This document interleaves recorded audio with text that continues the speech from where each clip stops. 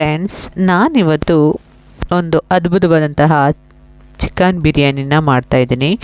1 kg chicken ತೊಗೊಂಡಿದ್ದೀನಿ. 1 kg ಚಿಕನ್ಗೆ 1 ಸ್ಪೂನಷ್ಟು ಶುಂಠಿ ಬೆಳ್ಳುಳ್ಳಿ ಪೇಸ್ಟನ್ನು ಹಾಕ್ಕೊಂಡಿದ್ದೀನಿ. ಅದಕ್ಕೆ 2 ಸ್ಪೂನ್ ಧನಿಯಾ ಪೌಡರ್ನ ಹಾಕೊಳ್ಳೋಣ. ಮತ್ತು ಅದಕ್ಕೆ 2 ಸ್ಪೂನಷ್ಟು ಖಾರದ ಪುಡಿನ ಹಾಕ್ಕೊಳ್ಳೋಣ. ಮತ್ತು ಅದಕ್ಕೆ ಅರಿಶಿನ ಪುಡಿನ ಹಾಕ್ಕೊತಾ ಇದ್ದೀನಿ. ಒಂದು ಅರ್ಧ ಸ್ಪೂನಷ್ಟು ಅರಿಶಿನ ಪುಡಿನ ಹಾಕ್ಕೊಳ್ಳೋಣ. ಮತ್ತು ರುಚಿ ತಕ್ಕಷ್ಟು ಉಪ್ಪನ್ನು ಇದಕ್ಕೆ ಹಾಕ್ಕೊಳ್ಳೋಣ. ಹಾಕ್ಕೊಂಡು ಚೆನ್ನಾಗಿ ಎಲ್ಲನೂ ಇದಕ್ಕೆ ಸ್ವಲ್ಪ ಮೊಸರನ್ನ ಹಾಕ್ಕೊತಾ ಇದ್ದೀನಿ. ಹಾಕ್ಕೊಂಡು ಎಲ್ಲ ಮಿಕ್ಸ್ ಮಾಡಿ ಇಟ್ಕೊಳ್ಳೋಣ. ನೀಟಾಗಿ ಎಲ್ಲನೂ ಮಿಕ್ಸ್ ಮಾಡಬೇಕು. ಎಲ್ಲ ನೀಟಾಗಿ ಮಿಕ್ಸ್ ಮಾಡಿ ಆದಮೇಲೆ ಇದನ್ನು ನಾವು ಚೆನ್ನಾಗಿ ನೆನೆಯೋಕ್ಕೆ ಬಿಡೋಣ. ಇದಕ್ಕೆ ಕಸೂರಿ ಮೇಥಿನ ಹಾಕ್ಕೊತಾ ಇದ್ದೀನಿ. ಇದಕ್ಕೆ ಸ್ವಲ್ಪ ನೀವು ಕಾರ್ನ್ಫ್ಲೋರ್ ಬೇಕಾದ್ರೂ ಹಾಕ್ಕೊಳ್ಳಿ, ಚೆನ್ನಾಗಿರುತ್ತೆ. ನಿಜವಾಗ್ಲೂ ಹೇಳ್ತೀನಿ, ಈ ಸೀಕ್ರೆಟನ್ನು ನೀವು ಯೂಸ್ ಮಾಡಿಕೊಂಡ್ರೆ ಅಂಥ ಬಿರಿಯಾನಿನ ನೀವು ಎಲ್ಲೂ ತಿಂದಿಲ್ಲ, ಅಷ್ಟು ಚೆನ್ನಾಗಿರುತ್ತೆ ಈ ಬಿರಿಯಾನಿ. ಈಗ ಇಲ್ಲಿ ಎಣ್ಣೆ ಕಾಯೋಕ್ಕೆ ಇಟ್ಕೊಂಡಿದ್ದೀನಿ. ಈರುಳ್ಳಿನ ಚೆನ್ನಾಗಿ ಫ್ರೈ ಮಾಡ್ಕೊಳ್ಳೋಣ. ಕಂದು ಬಣ್ಣ ಬರೋವರೆಗೂ ಈರುಳ್ಳಿನ ಫ್ರೈ ಮಾಡ್ಕೊತಾ ಇದ್ದೀನಿ. ಈರುಳ್ಳಿ ಕಂದು ಬಣ್ಣ ಬರೋವರೆಗೂ ಫ್ರೈ ಮಾಡಿಕೊಂಡು ನೀವು ಎತ್ತಿ ಇಟ್ಕೋಬೇಕಾಗುತ್ತೆ. ನೋಡಿ, ಈ ಥರ ಕಲ್ಲರಾಗಿ ಕೆಂಪಾಗಿ ನೀಟಾಗಿ ಬರಬೇಕು. ಅತಿ ಸೀದೋಗೋ ಥರ ಮಾಡ್ಕೊಳ್ಳೋಕ್ಕೆ ಹೋಗಬೇಡಿ.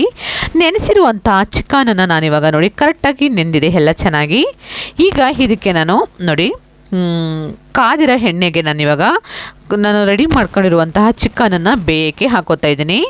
ಈಗ ಇದನ್ನು ಸೇಮ್ ಕಬಾಬನ್ನು ನಾವು ಹೇಗೆ ಬೇಯಿಸ್ಕೊತೀವೋ ಆ ಥರ ಬೇಯಿಸ್ಕೊಂಡು ಚಿಕನನ್ನು ತಗೊಳ್ಳೋಣ.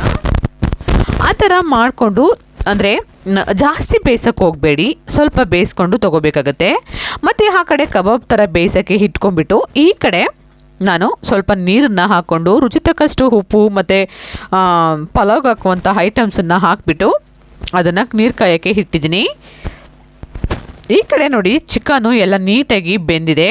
ಈಗ ಚೆನ್ನಾಗಿ ಚಿಕನನ್ನು ಬೇಯಿಸ್ಕೊಂಡಿದ್ದೀನಿ. ಅದಕ್ಕೆ ಈಗ ಬೆಂದಿರೋ ಚಿಕನನ್ನು ಅಂದರೆ ಆ ಕಡೆ ಚೆನ್ನಾಗಿ ಬೇಯಿಸ್ಕೊಳ್ಳೋಣ, ಕಬಾಬ್ ಥರ ಬೇಯಿಸ್ಕೊಂಡು. ಈ ಕಡೆ ನಾನು ಬಾಣಲಿನ ಇಟ್ಕೊಂಡು ನೀರು ಹಾಕಿ ಅದಕ್ಕೆ ಸ್ವಲ್ಪ ಮಾಮೂಲಿ ಪಲಾವ್ಗೆ ಹಾಕುವಂಥ ಮರಾಠ ಮೊಗ್ಗು, ಲವಂಗ, ಚಕ್ಕೆ ಮತ್ತು ಸ್ವಲ್ಪ ಈರುಳ್ಳಿ, ಕೊತ್ತಂಬರಿ ಸೊಪ್ಪು, ಪುದೀನ ಸೊಪ್ಪು, ಸ್ವಲ್ಪ ಎಣ್ಣೆ ಇಷ್ಟನ್ನು ಹಾಕ್ಕೊಂಡು ಅಕ್ಕಿನ ಅರ್ಧ ಬೆಂದಿರಬೇಕು, ಅರ್ಧ ಬೆಂದಿರಬಾರ್ದು, ಆ ಥರ ಮಾಡಿಕೊಂಡು ನೀರನ್ನ ತೆಗೆದಾಕ್ತಾಯಿದ್ದೀನಿ, ಡಿವೈಡ್ ಮಾಡ್ತಾಯಿದ್ದೀನಿ.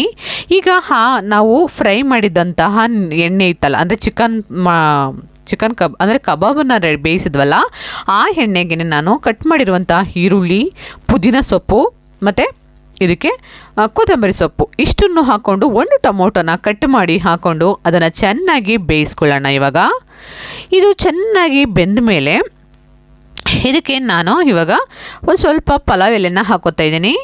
3 ಪಲಾವ್ ಎಲೆನ ಹಾಕ್ಕೊಂಡಿದ್ದೀನಿ.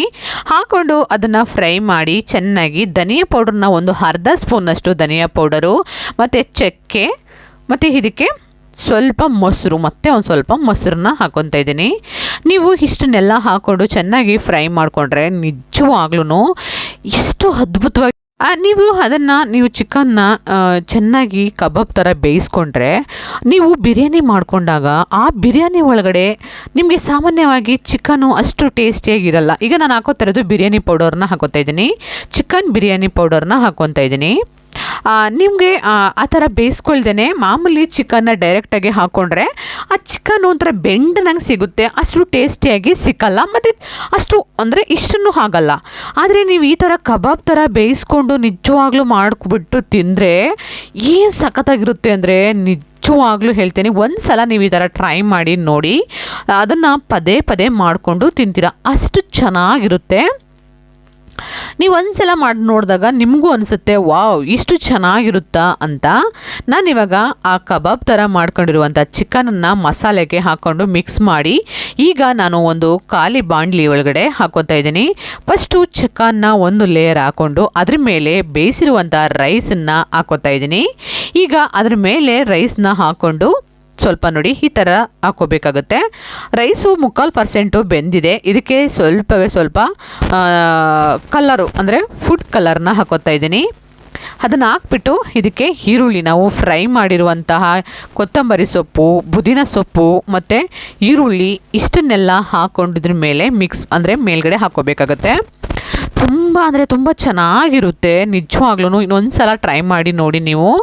ಒಂದು ಸಲ ನೀವು ಟ್ರೈ ಮಾಡಿ ನೋಡಿದ್ರೆ ಮತ್ತೆ ಮತ್ತೆ ಮಾಡ್ಕೊಂಡು ತಿಂತೀರಾ, ಅಷ್ಟು ಚೆನ್ನಾಗಿರುತ್ತೆ. ಈಗ ನಾನು ಮತ್ತೆ ಇನ್ನೊಂದು ಸಲ ಚಿಕನನ್ನು ಹಾಕ್ಕೊಂಡಿದ್ದೀನಿ. ಹಾಕೋಬಿಟ್ಟು ಈಗ ಮೇಲ್ಗಡೆ ನಾನು ಆ ರೈಸ್ನೆಲ್ಲ ಮಿಕ್ಸ್ ಮಾಡಿ ಹಾಕೋತಾ ಇದ್ದೀನಿ. ಮೇಲ್ಗಡೆ ಎಲ್ಲ ರೈಸ್ನೂ ಹಾಕೋಬಿಟ್ಟು ಮೇಲ್ಗಡೆ ಇನ್ನೊಂದು ಲೇಯರು ಕೊತ್ತಂಬರಿ ಸೊಪ್ಪು ಮತ್ತು ಪುದೀನ ಸೊಪ್ಪು ಮತ್ತು ಈರುಳ್ಳಿ ಮತ್ತು ಸ್ವಲ್ಪ ಫುಡ್ ಕಲರು ಇಷ್ಟನ್ನು ಹಾಕಿಬಿಟ್ಟು ದಮ್ ಬಿರಿಯಾನಿ ಥರ ಬಿರಿಯಾನಿಗೆ ಇದನ್ನು ಮುಚ್ಚಿ ಇಟ್ಬಿಡೋಣ. ಈ ಥರ ಮಾಡ್ಕೊಂಡು ನೋಡಿ ನೀವು. ತುಂಬ ಅಂದರೆ ತುಂಬ ಚೆನ್ನಾಗಿರುತ್ತೆ. ಎಷ್ಟು ಚೆನ್ನಾಗಿರುತ್ತೆ ಅಂದರೆ ನಿಜವಾಗ್ಲೂ ತುಂಬ ಚೆನ್ನಾಗಿರುತ್ತೆ. ನಾನು ಈ ಥರ ಮಾಡಿರೋದು ಫಸ್ಟ್ ಟೈಮ್ ಆದ್ರೂ ಸೂಪರಾಗಿ ಬಂದಿತ್ತು. ನಾನು ನೋಡೋಣ ಈ ಥರ ಮಾಡಿದ್ರೆ ಹೇಗಿರುತ್ತೆ ಅಂತ ಅಂದ್ಕೊಂಡು ಮಾಡಿರೋದು. ಆಮೇಲೆ ಈಗ ಇದ್ರ ಮೇಲೆ ನಾನು ಸ್ವಲ್ಪ ಮುಚ್ಚಳನ ಮುಚ್ಚಿಬಿಟ್ಟು ಅಲ್ಲಿ ಇದೆಯಲ್ಲ ಅದನ್ನ ಮುಚ್ಚಿಬಿಡೋಣ. ನೀಟಾಗಿ ಅದನ್ನ ಮುಚ್ಕೊತಾ ಇದ್ದೀನಿ. ಈಗ ನೋಡಿ ಅದನ್ನು ಮುಚ್ಚಿದ್ದೀನಿ. ಇವಾಗ ಅದು ಓಪನ್ ಆಗಲ್ಲ ಮತ್ತು ಈಗ ನೀಟಾಗಿ ಬೇಯ್ಕೊಳ್ಳುತ್ತೆ. ಅದ್ರ ಜೊತೆಗೆ ಸ್ವಲ್ಪ ಚಿಕನ್ ಕರಿ ಮಾಡಿದ್ದೀನಿ. ಬಿರಿಯಾನಿ ಜೊತೆಗೆ ಚಿಕನ್ ಕರಿ ಆದರೂ ಸರಿಯೇ, ಇಲ್ಲಾಂದರೆ ರೈತ ಆದರೂ ಸರಿಯೇ, ಆದರೆ ಮೊಸರು ಬಜ್ಜಿ ಆದರೂ ಸರಿಯೇ, ಎರಡರಲ್ಲಿ ಯಾವುದಾದ್ರೂ ಹಾಕ್ಕೊಂಡು ತಿನ್ಬೋದು. ನೋಡಿ ಎಷ್ಟು ಸಖತ್ತಾಗಿ ಕಾಣಿಸ್ತಾ ಇದೆ ಅಂತ. ಬಾಯಿ ನೀರು ಬರ್ತಾ ಇದೆ, ಅಷ್ಟು ಅದ್ಭುತವಾಗಿದೆ. ಇಷ್ಟ ಆಗುತ್ತೆ ಅಂದ್ಕೊತೀನಿ. ಇಷ್ಟ ಆದರೆ ಲೈಕ್ ಮಾಡಿ, ಕಮೆಂಟ್ ಮಾಡಿ, ಸಬ್ಸ್ಕ್ರೈಬ್ ಮಾಡ್ಕೊಳ್ಳಿ, ಬೆಲ್ ಬಟನ್ನ ಪ್ರೆಸ್ ಮಾಡಿ, ನಿಮ್ಮ ಫ್ರೆಂಡ್ಸ್ಗಳಿಗೆಲ್ಲ ಶೇರ್ ಮಾಡ್ಕೊಳ್ಳಿ. ಫ್ರೆಂಡ್ಸ್, ನಾನು ಮಾಡಿರೋ ಈ ಸ್ಟೈಲಲ್ಲಿ ನಿಮಗೆ ಇಷ್ಟ ಆಗುತ್ತೆ ಅಂದ್ಕೊತೀನಿ. ಇಷ್ಟ ಆದರೆ ನನಗೆ ಕಮೆಂಟಲ್ಲಿ ತಿಳಿಸಿ ಹೇಗಿತ್ತು ನಾನು ಮಾಡಿರುವಂತಹ ಚಿಕನ್ ಬಿರಿಯಾನಿ, ಡಿಫ್ರೆಂಟ್ ಆದಂತಹ ಚಿಕನ್ ಬಿರಿಯಾನಿ. ನೀವು ಈ ಥರ ಮಾಡಿಕೊಂಡ್ರೆ ನಿಮ್ಮ ಮನೇಲಿ ನೀವು ಹೊರಗಡೆ ಹೋಗಿ ಹೋಟೆಲಲ್ಲಿ ಬಿರಿಯಾನಿಯನ್ನು ಆಸೆನೇ ಪಡಲ್ಲ. ಮನೆಯಲ್ಲೇ ಆರಾಮಾಗಿ ಇಷ್ಟು ಬೇಗ ಕ್ವಿಕ್ಕಾಗಿ ಆರಾಮಾಗಿ ಮಾಡ್ಕೊಬೋದಾ ಅಂತ ನೀವು ಮನೆಯಲ್ಲೇ ಮಾಡ್ಕೊತೀರಾ. ಓಕೆ ಫ್ರೆಂಡ್ಸ್, ಬಾಯ್.